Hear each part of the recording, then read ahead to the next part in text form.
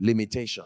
We have all experienced the suffocating feeling of being qualified, ready and willing, yet finding ourselves held back by invisible barriers, whether it is in your career, your healing, or your purpose. A closed door feels like a rejection of your identity, but the reality of your progress is not determined by the obstacles you can see. It is determined by the specific spiritual authority you choose to exercise. Most people treat their desires as a wish. They hope for change, they wait for luck, and they beg for a chance.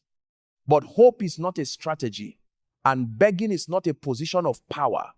To move from a state of being stuck to a state of breakthrough, you must understand the difference between asking and declaring. Think of a key. A key does not ask the lock for permission to open. It possesses the correct alignment to trigger a transformation. In the spiritual realm, your words are that alignment. When you speak with the weight of truth behind you, you are not merely making noise. You are releasing a force that reconfigures your environment. You are moving from a passive observer of your life to an active participant in your destiny. The first hurdle to any breakthrough is the fear of sabotage. You worry that someone with more influence, more money, or more malice can block your path. This is a psychological prison. If you believe a human being has the final say over your future, you have already surrendered your power. In the book of Revelation, chapter 3, verse 8, there is a fundamental law that governs the universe. Behold, I have set before you an open door, and no one can shut it. When the source of all things initiates a transition, no earthly force has the jurisdiction to cancel it. You must internalize the reality that there is an entrance already marked with your name. This is not a door you have to build. It is a door that has been set before you. Your task is to align your voice with that reality. When you declare that no man can shut what has been opened, you are removing the power of human interference from your mind. You are shifting your focus from the strength of your enemies to the sovereignty of your promise. It is a mistake to think that an open path will be an easy path. In fact, the opposite is often true. In the physical world, the most valuable treasures are always the most heavily guarded. The presence of resistance is actually a confirmation of value. If your path was unimportant, there would be no reason for an adversary to stand in your way. As stated in 1 Corinthians chapter 16 verse 9, a great and effective door has opened, but there are many adversaries. Many people turn back at the first sign of conflict, assuming they have misheard their direction. But a great opportunity often comes with great opposition. You must learn to look at your obstacles not as walls, but as signposts. The friction you feel is proof that you are moving against the grain of the status quo. To overcome this, you must stop praying for the removal of the door and start speaking to the subduing of the hindrance. You do not ask for a smaller mountain, you declare the strength of your stride. There is a specific moment in every breakthrough where the atmosphere must yield. This is the moment of the command. There is a frequency in the voice of a person who knows who they are.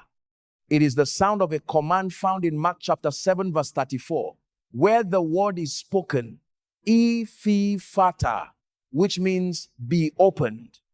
This is not a suggestion. It is a demand for alignment. When you command your situation to yield, you are speaking directly to the stagnation that has held you captive. You are speaking to the ears of your opportunity and the mouth of your testimony. This is the discipline of perception. You stop seeing your life as a series of accidents and start seeing it as a series of responses to your authority. Why do some doors stay shut even after we speak? Often, it is because we are testing the door rather than trusting the word. If you speak a declaration but your heart is still keeping a ledger of your past failures, you are a house divided. Your doubt acts as a counterforce to your decree. The psalmist reminds us in Psalm 24 that we must lift up our heads, O ye gates, and be lifted up, ye everlasting doors, so the King of glory shall come in. Breakthrough requires an undivided mind. You must reach a point where the unseen reality is more real to you than the locked gate in front of you. This is the historical pattern of every great movement in human history. Whether it was the fight for freedom or the discovery of new worlds, it always began with a person who spoke as if the way was already clear. They did not wait for the evidence. They created the evidence through their persistence. Many wait for the door to swing wide before they begin to walk. But spiritual physics often requires the pressure of your step before the hinge begins to move. In the book of Joshua chapter 3, the waters of the Jordan did not part while the people stood on the shore. The waters parted only when the priests set their feet in the water.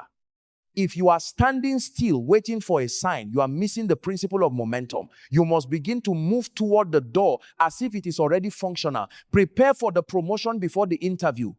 Buy the supplies for the business before the loan is approved. When you move in faith, you are demonstrating to the universe that you have already accepted the reality of the opening.